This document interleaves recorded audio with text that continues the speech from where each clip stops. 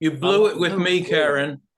You We are let me recording in. now, so we will have discussion afterward off the record. Welcome to our Thursday book launch. My name is Malika Albrecht, and I'm the founding editor of Redheaded Stepchild. Tonight, I am super excited to have Jake Sheff here. He has two chapbooks out and a full length, and the one that we are celebrating tonight is the Rites of Tires. And we will put a link to get the book if you don't already have it. I forgot to ask Jake, is there a way anybody could get a signed copy? Are you doing that if they sent you an email? I would be happy to make that happen. That Yay. if anybody asked, I'd be so happy to make that happen. That'd be so sweet. Yes, I can do that. That's amazing, because I know that's really my preference as well. So, a signed copy, yes. Yes, and you got thanks for getting Laura, Karen. I appreciate that. So just a little bit about Jake, and part of the reason why I'm excited is that I've read his work online, and I'm looking forward to hearing you read. I like the depth and the textures that you layer into your work, and I'm fascinated to kind of talk process afterwards with you. Jake Sheff is a pediatrician and a veteran of the Air Force, living in Oregon with his family. His lovely wife, Corey, is here as well. And they have several rescue dogs and cats. So Christina, your dog's in good company with cat and dog lovers. Looting Versailles that was your first book, right? Yes. Or that's yep. Okay. And that's by Alabaster Leaves Publishing. Correct. And the Rites of Tires is SurVision. Is that SurVision Books? And then the Yes. length is formal poetry. That's another thing we will get to talk about. A Kiss to Betray the Universe, and that is from White Violet Press. So yes. No more talk from me. Jake, thank you so much for being here tonight. We are so happy to celebrate with you. Oh, thank you. I can't imagine a better group to be with tonight, and thank you so much for having me. Yeah, so I'll read from the Rites of Tires by SurVision Books. That was published this last year, and I was really excited to work with the editors there. I've been published by their magazine in the past, and thought I would give one of their contests a go, and I got honorable mention in that. But then they offered me publication through another series they do, the New Poetic series, and so that was a real thrill last year, and it's a thrill today to be here with you guys. So okay, I'll just start reading some poems from it. This first one is called Creosote Covenant. It was recently published in Trampoline Poetry, actually, and it's modeled after The 13er by John Hollander, a poet I greatly admire. So Creosote Covenant.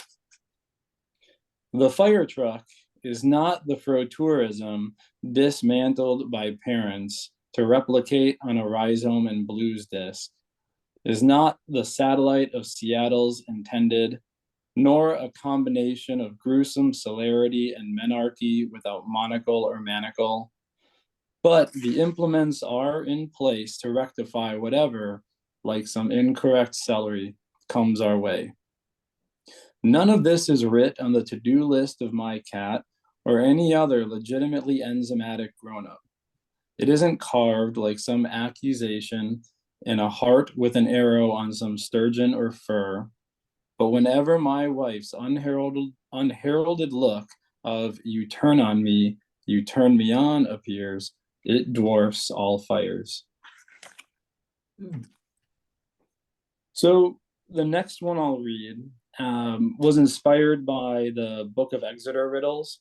I came across them in a library years ago, and they were fun. And at the time I wrote this, I was doing something called a rhyme squared, where I tried to take just a block of text and almost rhyme the entire stanza or sight rhyme it, and see what that gets me.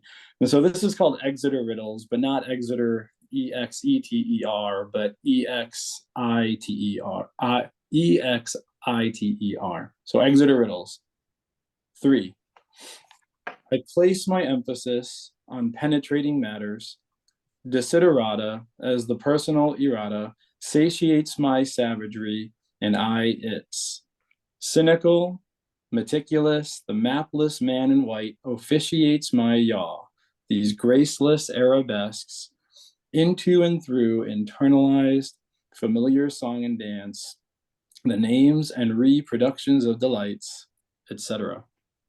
The wizened wizardry I whiz by has taught me happiness exists in memory, prospect, and art, the eternal returns of the same. 7.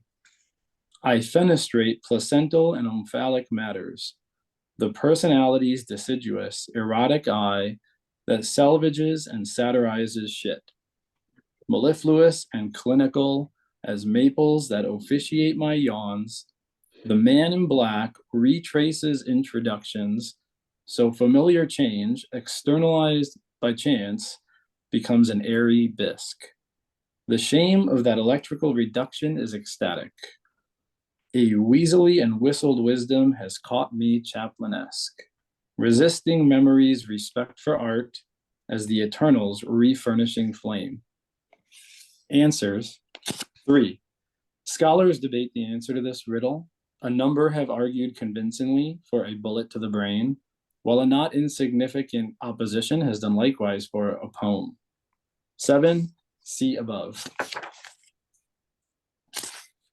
So this next one was just something I was having fun with. I found a recipe somewhere from a very old cookbook, and just the language of it, and everything. I thought there was some potential to just make a few changes here and there and turn it into a poem instead of a recipe. So this is a recipe with Later's salt for lasters, after the Green Mountain White Ribbon Cookbook, published by the Women's Christian Temperance Union of Vermont circa 1895.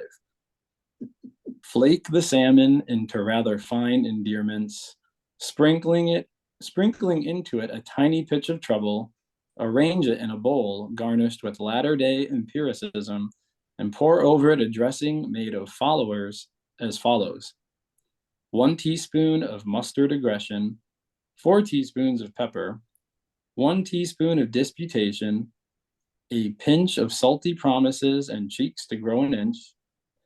Add to this a table of boiling wood, stir well, add 2 tablespoons of better thoughts, drop this into 2 unbeaten eggs, and beat well enough to bitter.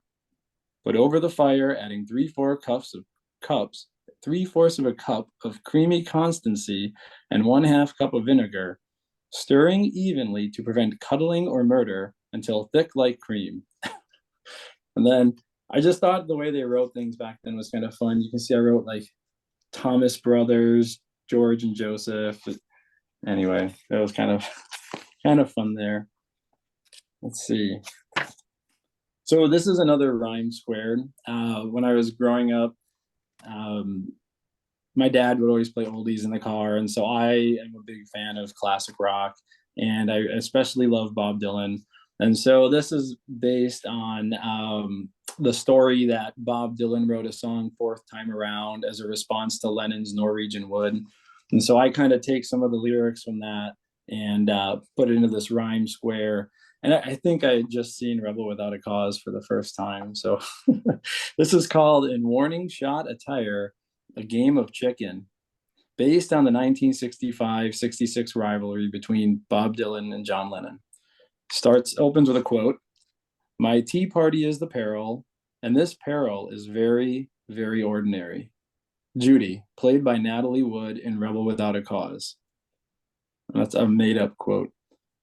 "Jim, no fraternizing fire lit Norwegian rum for the aroma.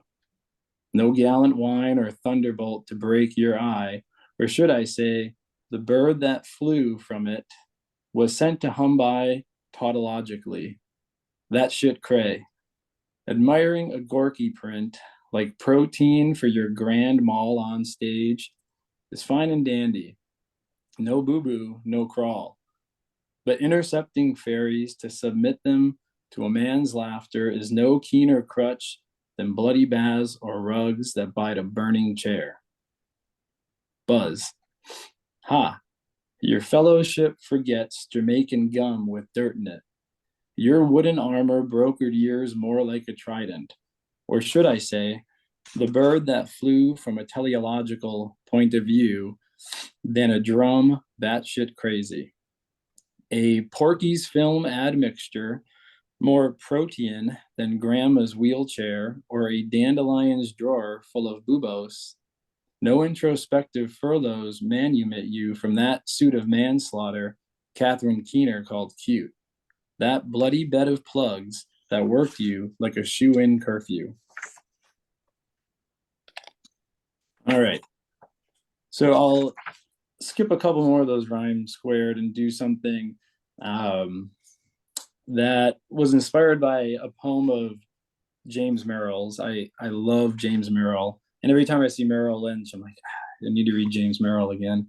Love him. And so I had this idea of a poem where I just kind of stream of consciousness, say what is maybe passing in my mind as I'm dozing off reading him. And it's based on a poem by him that I mentioned in the poem. And so it has a little, reading James Merrill at bedtime. Among the fakers, this poem mere seems no faker. More like myrrh, attempting not to shine inside another day's meconium. To see its epidermis suggesting and enforcing terms, the fullness thereof, crawling with spiders and a great deal of intentionality, is to admit I don't know jack. Today has sickle cell disease, and time is death's pituitary gland and feathers. But in this poem, I see the naughty sister of perfection prove a kiss is always slightly monstrous. For something sweet as kisses never known, this poem auditions thunder's muted speech in history's outie.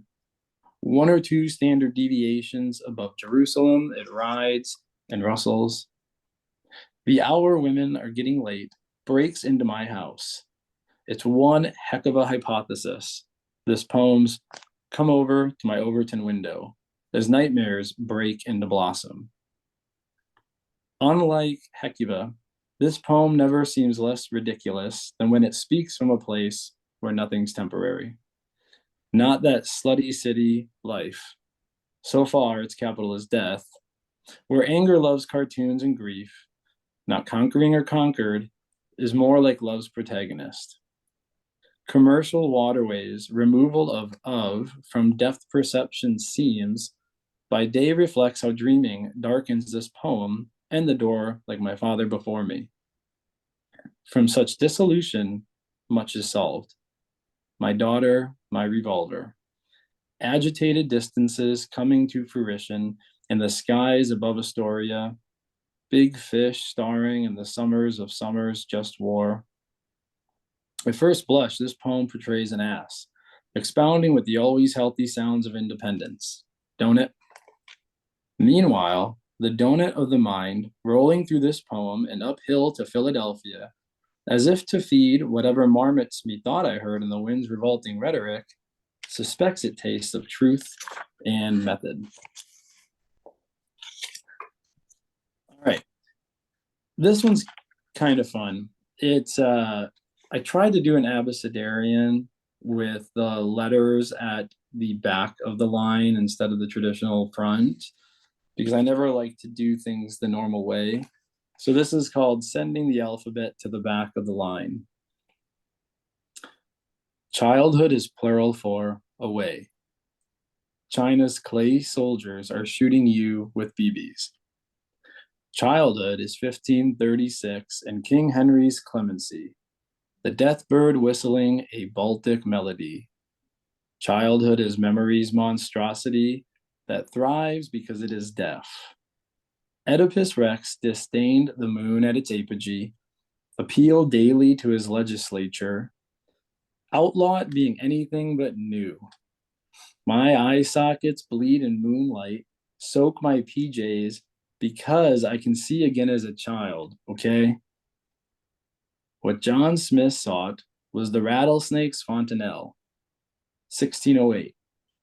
My nostrils imply a new Bethlehem, but at noon the settlers appear to me mannequins. Some doughboys were virgins. With gusto, they died in poppy fields and kissed Calliope's fingers, whose signature shot the air with curlicues.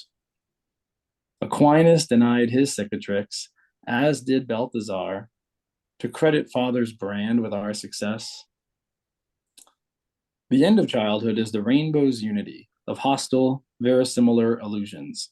Re Howard Hughes. The end of childhood is a flash flood of gravy, or for some, an old nude harpy crying, you, you. The start of childhood is always tardy, not sex, but a staggering of who, what, when, where, and why, like pawns. The start of childhood is the end of easy. All right, this is another rhyme squared that I just think is fun. I hope you guys think so too. It's called Why Tamper with the Spectral Spoil? The string was hung above the ground, 31 inches long and 31 inches high. Below, the compost pile. And under that, a primum non nocere agreement between the celibate intensity and verruciform bantam network. My skin like microfiche, this property anathema to lithium, Athena, random miracles. The 7 ones and 7 zeros ran above. Retaliation's form of libel. The postal industry's falsetto trait in mine.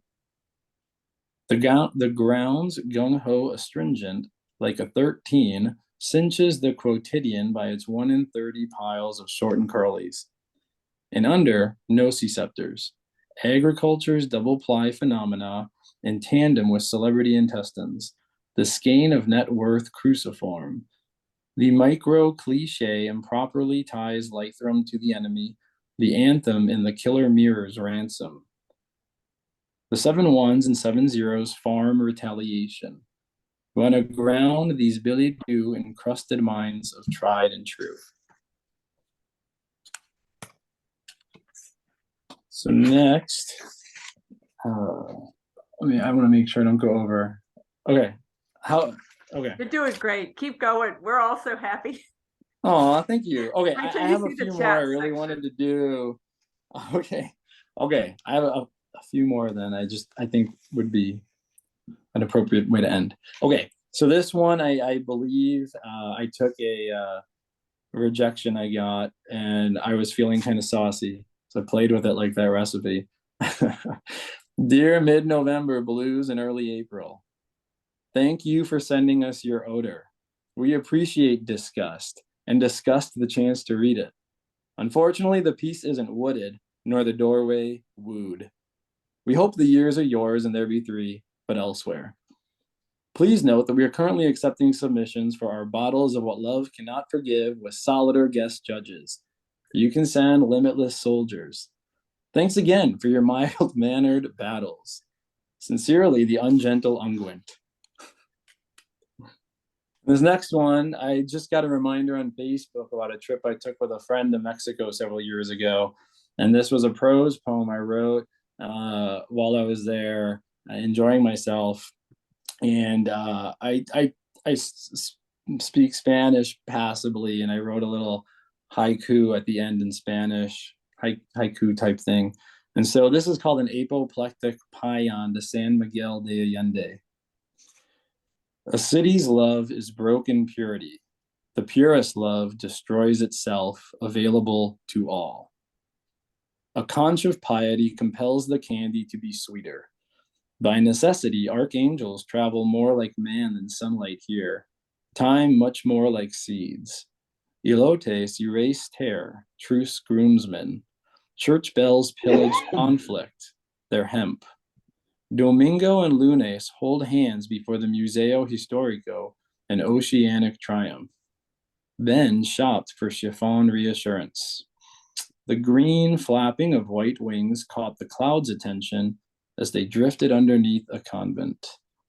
Hours fell apart as sunlight fell together on the Jardin Botanico. Stray dogs hid their frumminess like overrated trees. And love can't help but bay like hedonistic yesterday. It's all just kind of daydreams reconciled with green, inconsolable stars, a place to sing more seconds than you'll live.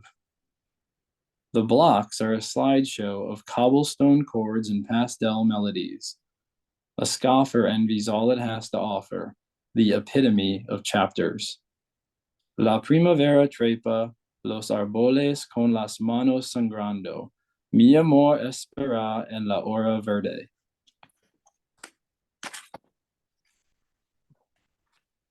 And then, because my wife came here tonight, I'm gonna, I guess, end on a poem that actually won an award as a science fiction poem. So this poem that I end my book on, I'll end my reading with. It's called "On First Looking into a Sculpture of the Song the World is Watching" by Two Doors Cinema Club.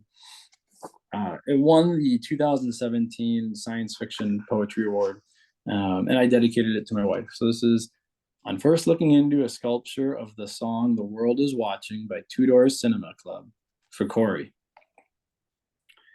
There's nothing pink that doesn't bleed without a little love beside it. Coral, but the moon is pink without those little lights that sparkle, aliens that bloom and travel. There's nothing pink with frost that doesn't spurn the harvesting of moss, or else I've sworn and you are nearer still. There's nothing pink that definite is bluer still than less macabre. There's nothing that, in place of space, can reinstall a coral grace, but there are aliens, empty, dry, and tirelessly, flotsam, stinky properly, but not arresting up there in the heavens, pink and hairy stones. There's nothing pink that isn't oft oppressive, gall of thunder, bell of California's peal, and carnal, irresponsible as little girls that thrash beside the sharks that tumble out of space like aliens in tidal lock with something accidental and without appearance, so that all things lost are gray. Oh, thank you so much. If people want to unmute, please do. I think quite a few people were speechless. Karen said,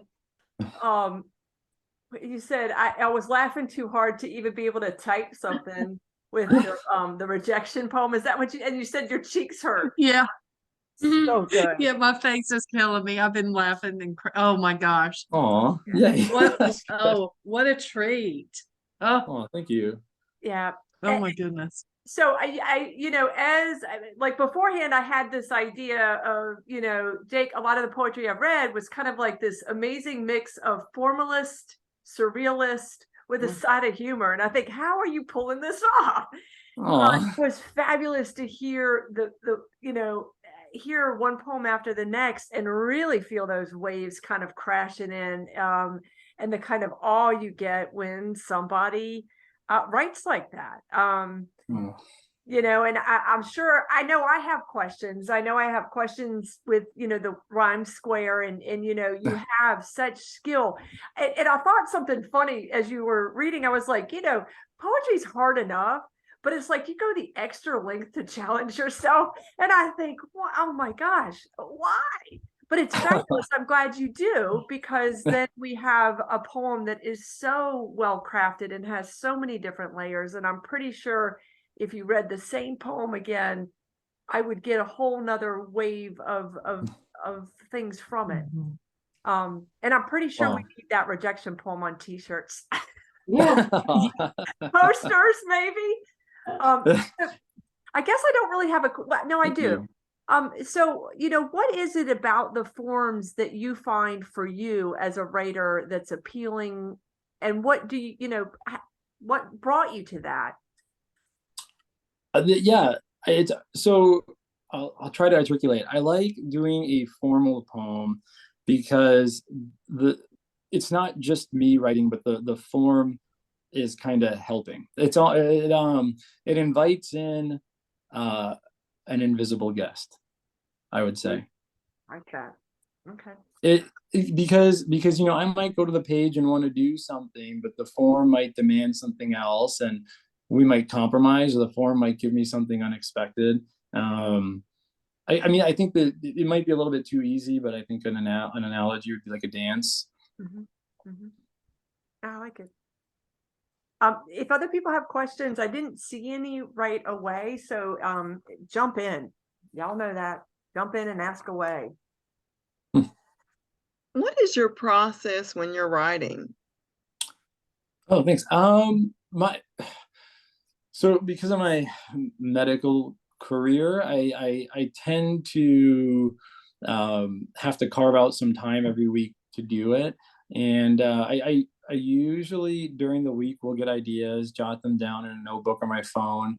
And then my very generous wife will let me hide away for a couple hours, either at a coffee shop or in my office. And I just take those ideas and see what they want to become, what they want to meld and turn into. So I just jot things down. And to be honest, a lot of times when I'm reading, even if it's not poetry, as I'm sure you guys all experience the same thing, and I can be reading a history book or even a medical journal, and there'll just be a phrase that suggests another phrase, and I'll jot that down. And then I think it's almost like, it almost feels a little bit like stitching things together sometimes.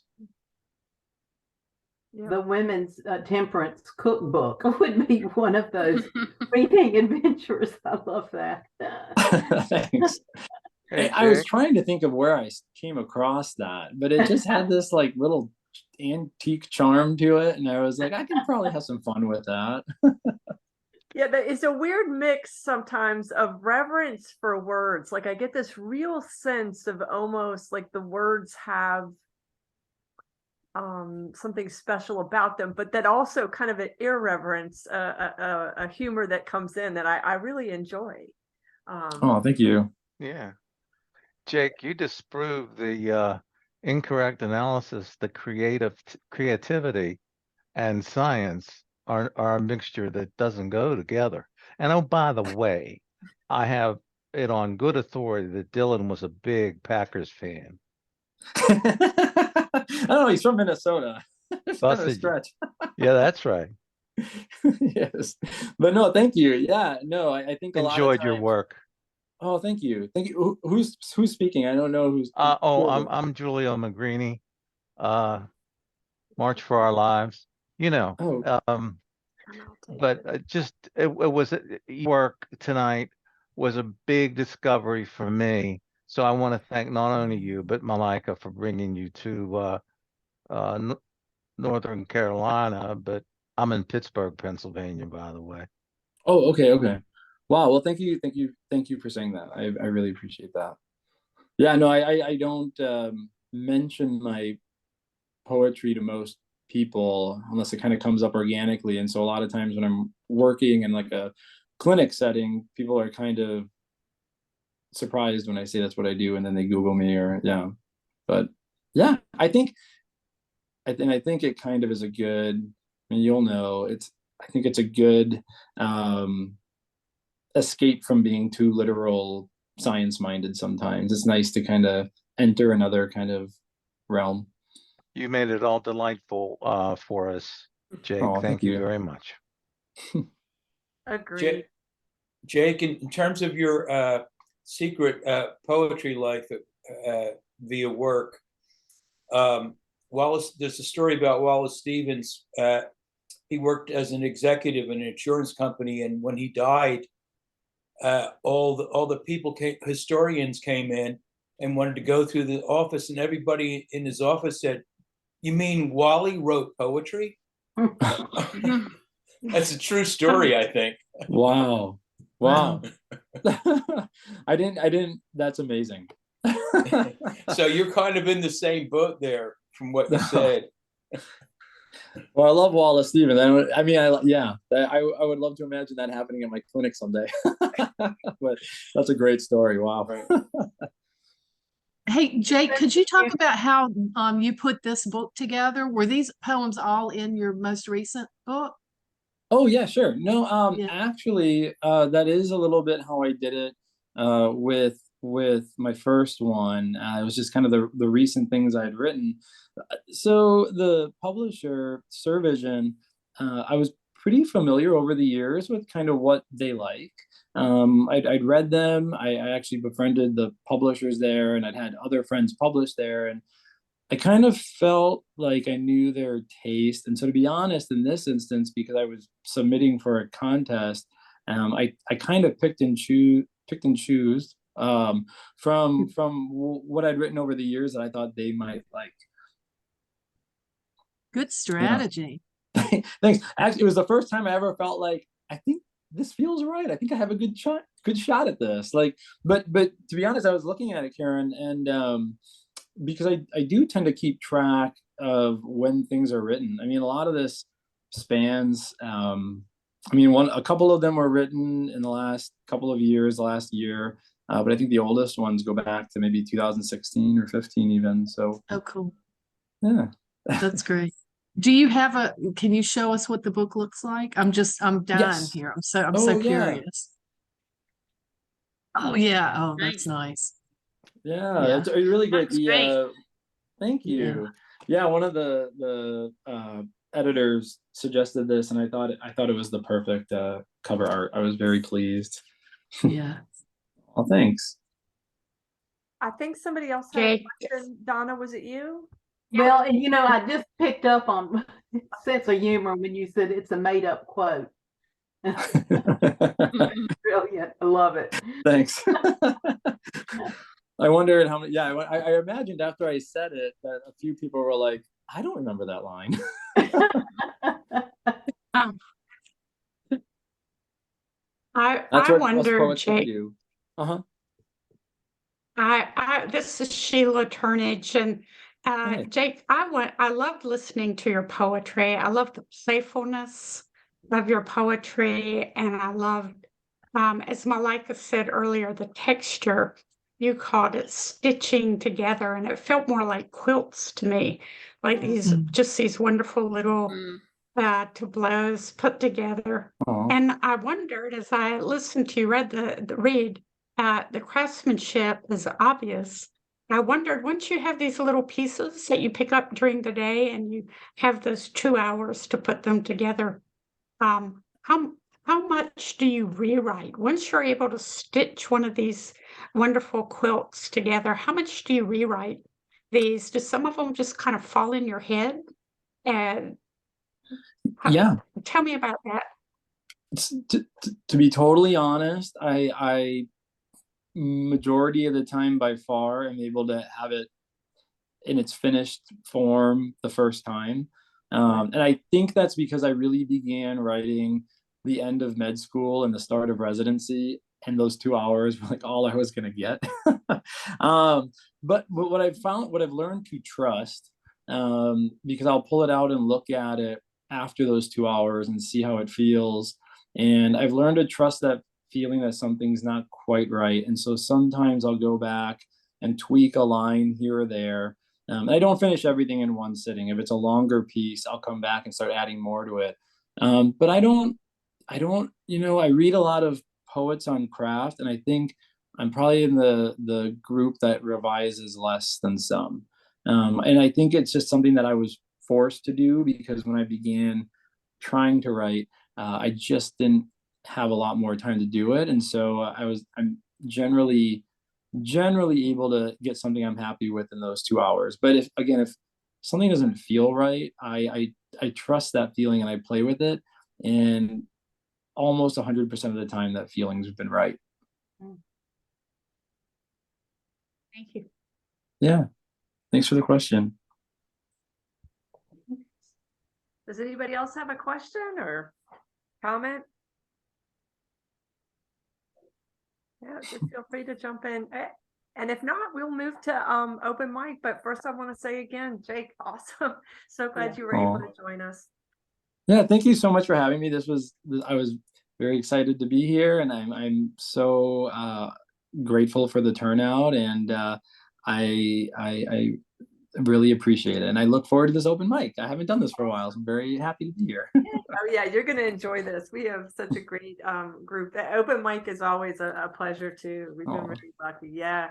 But I think you have a few more fans to your Aw. big fan club. And I'm just glad you said yes. I just started reaching out to people that I was like, I would really love to hear this person read. And it was wonderful to have not only the expectations met, but surpassed. I was like, gosh, I want to go study some stuff. And Oh, I want to no, remind it's such a cool idea. yeah, it's been, I mean, we were fortunate, like when the pandemic first started, I already had some Zoom experience for something I had to do. So I had friends that had books coming out, and I was like, well, let's just start, meeting once a week. And then it just kind of expanded. I did want to remind people So that cool. Jake's going to send me a connection to SurVision, and you can also reach out to him if you want a signed copy. For the list of open mic, I'm coming to you, John, first.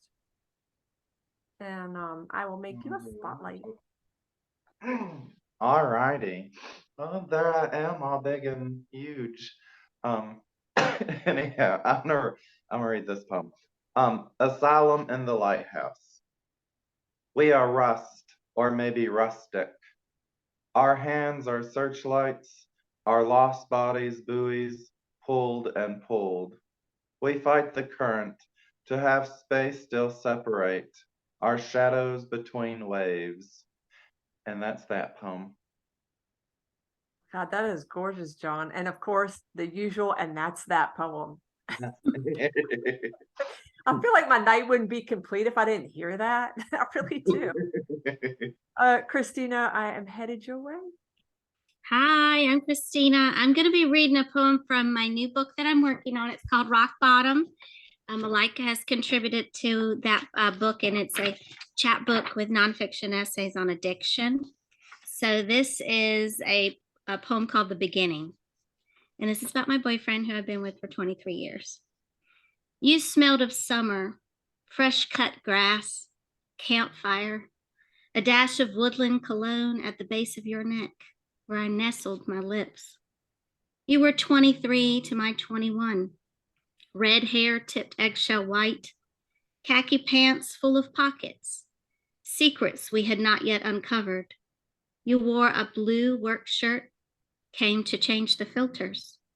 I wanted to break something so you would come back. You exuded confidence, sure-footed in steel-toe work boots, pushing down the pedal of a 1987 white Toyota MR2. T-tops off, black lights on, 24-ounce beer between thighs that pushed me open to freedom, to madness, the smell of weed lingering between our feelings, Snoop Dogg pumping, wind in our virgin hair, a future stretched out.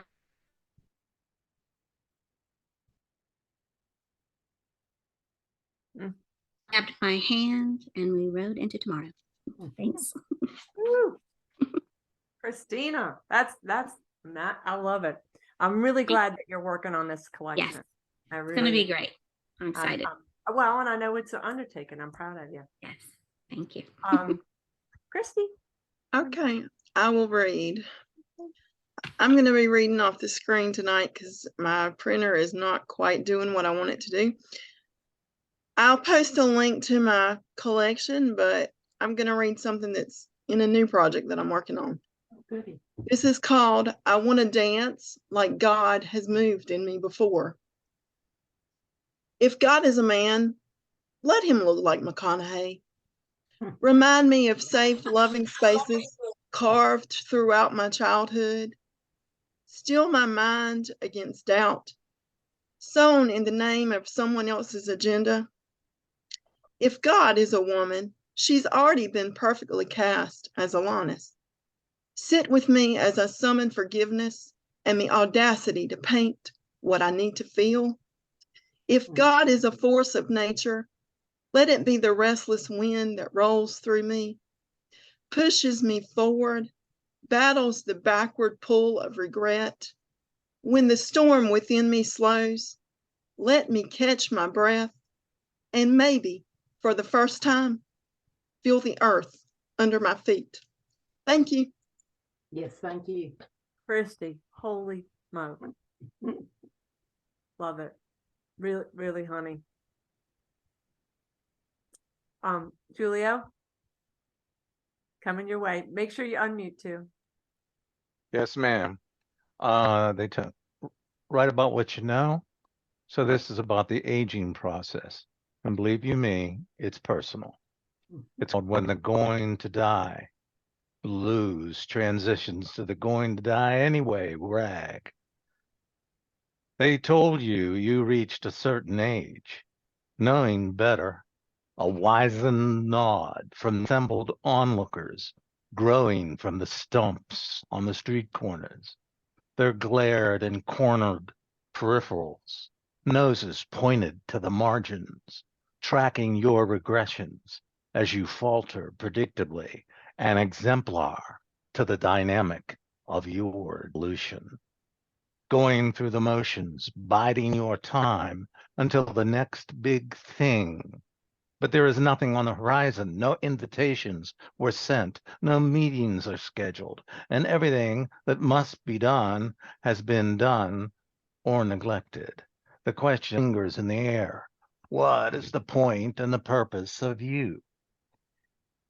You see shadows and silhouettes, apparitions of moist, tight skin. You assailed the unforgiving storms, not giving a damn with her, grinning at tears. They were trivialities to your conceit.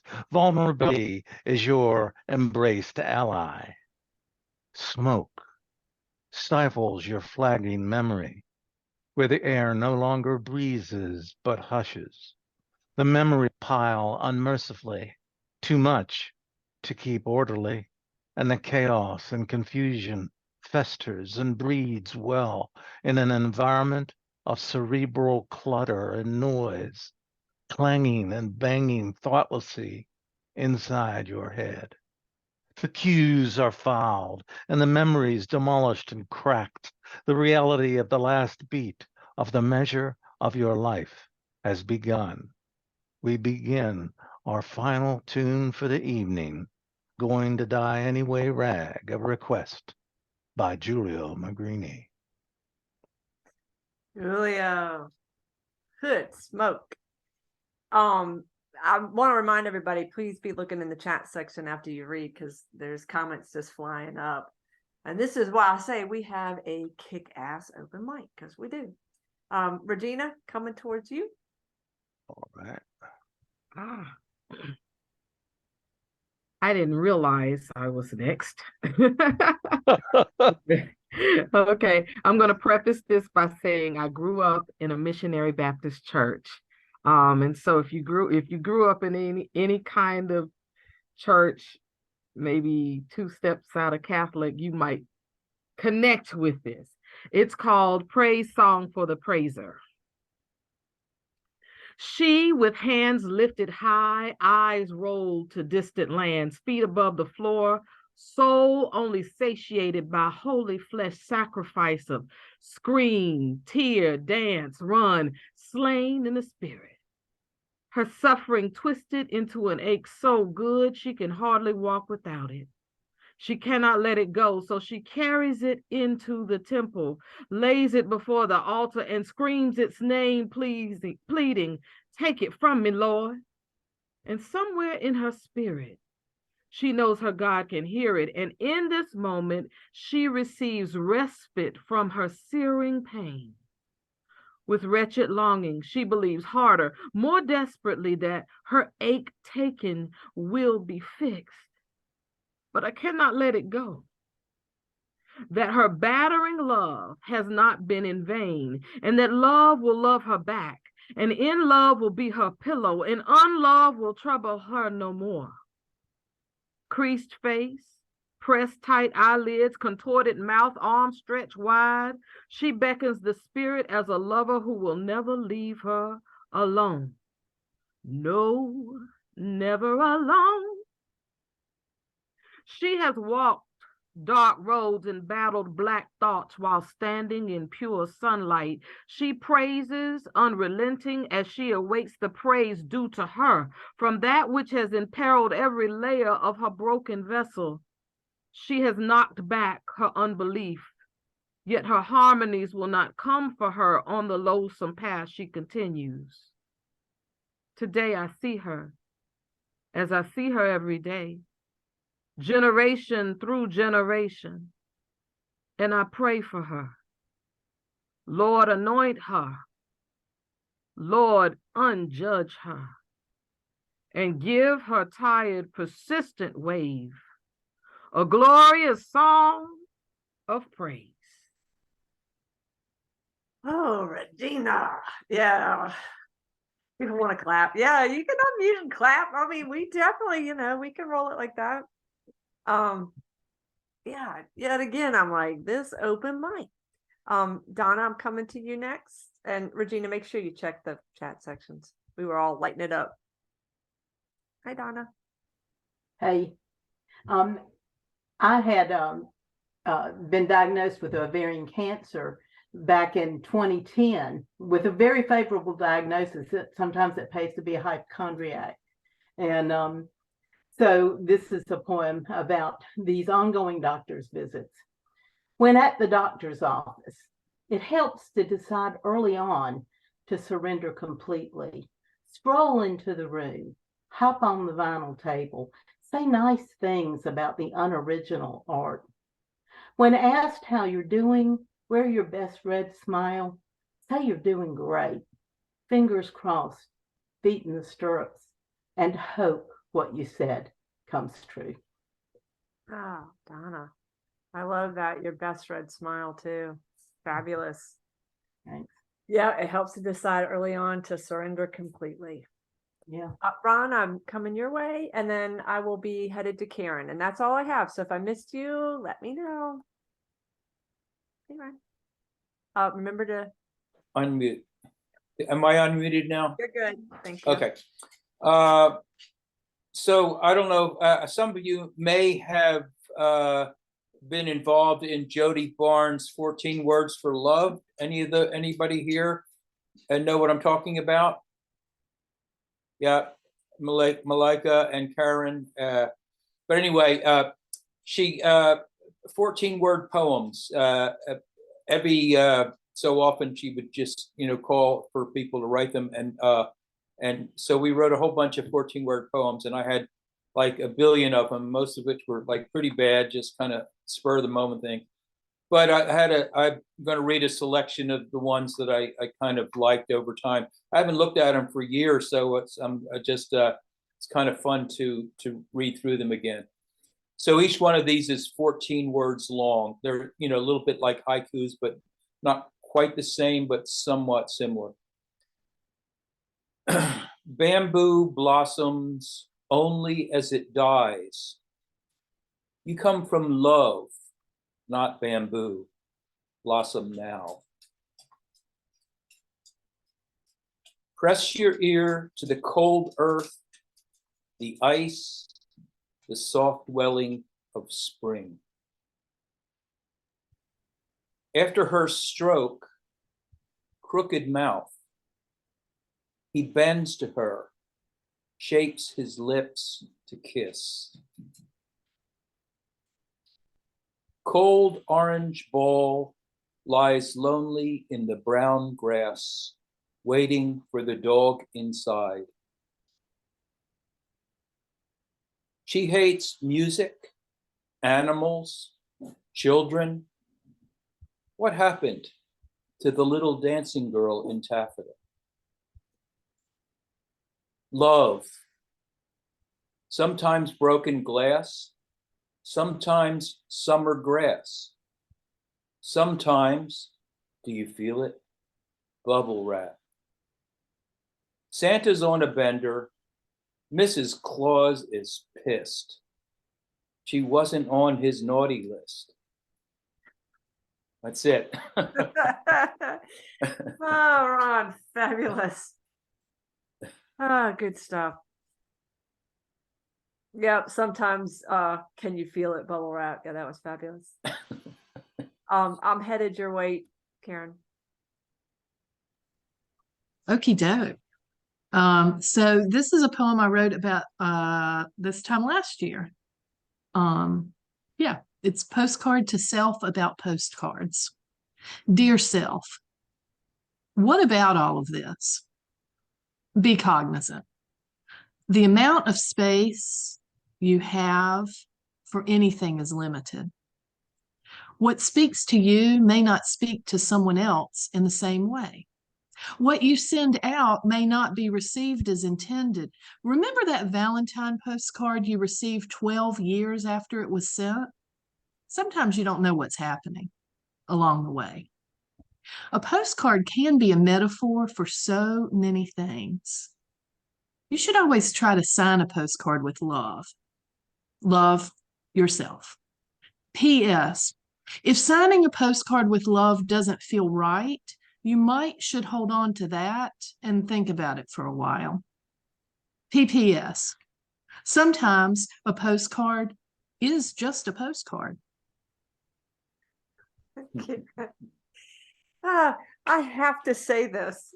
So one of the very first poems I ever, you know where I'm going, Karen, ever heard Karen read was this poem about seeing Billy Collins and throwing her bra on the stage.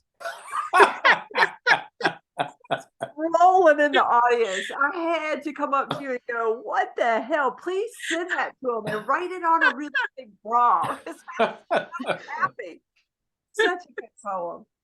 Oh, but you made me think that tonight. There was something in the element of the postcard that reminded me. I need to know what Billy said. Did he say trick or treat by any chance? No, I Oh. didn't do it. I didn't do it, Ron, but I was thinking, I was feeling it, and I was really feeling like I want to just throw the bra on the stage, but it was just too inappropriate. But Oh God, I like to believe that somehow, somewhere, it's there. You know. yeah, it's there in my heart. In my heart, I left my sweaty bra on the stage with Billy Collins. Oh, okay. Oh my God. It was so good to be in y'all's company. Jake, thank you so much for being here and reading. And if I missed anybody, you got a Do moment. we have a link to get Jake's book? Or you're going to put it on your Facebook page? Or I'm going to send the one that Jake sends to me, but I did put the Amazon because I know some people are not going to be able to wait. And you can also reach out to Jake, and that's all of those are fabulous options for Do we reach out to you on Facebook, Jake, if we want to sign Yeah. copy? Okay. Yes, yeah, please do. I'll get you one right away. And you guys have been awesome. This was so fun. This was fabulous. You made my heart go pity pat. Your wonder with words was just Oh, her yeah, inner I was coming out of my chair. her inner geek was flipping out. It was like, yeah, it was like, flipping. Words. oh. Well, you guys, all of your poetry was awesome. I love listening to everybody. Yeah, this is great. And one of the things I like about doing it this way is you get to be with people from all over. So this is so cool. Although I will say, Donna, I believe too. You got a little Sasquatch back there. I think you and I might be in the similar neck of the woods. Yeah, Donna. Now, are you in North Carolina still, or are you elsewhere? You talking to Donna Beal? Yeah. Yes, up around Lake Lure. So, does Bigfoot get around over there too? Oh yeah, in fact, my husband's wearing his Bigfoot shirt tonight. That's awesome. That's great. Hey, Karen, your bra story should be sung to I Left My Heart in San Francisco. I threw my bra at Billy Collins. I love that. On the stage. Blah, blah, blah. I'm going to work on that, Ron. Yeah, there you go. I see another open mic slot for you guys. Right? I will duet that. That's a dual spotlight. We could do that. Yeah. All right, guys, be well. We have upcoming really great ones. Julio will be featured, and so will John, and so will Regina. So we have some good ones coming up that I hope you're able to join us again. Thank you, guys. Bye, everyone. Take care. Thank Thank you. you. Bye.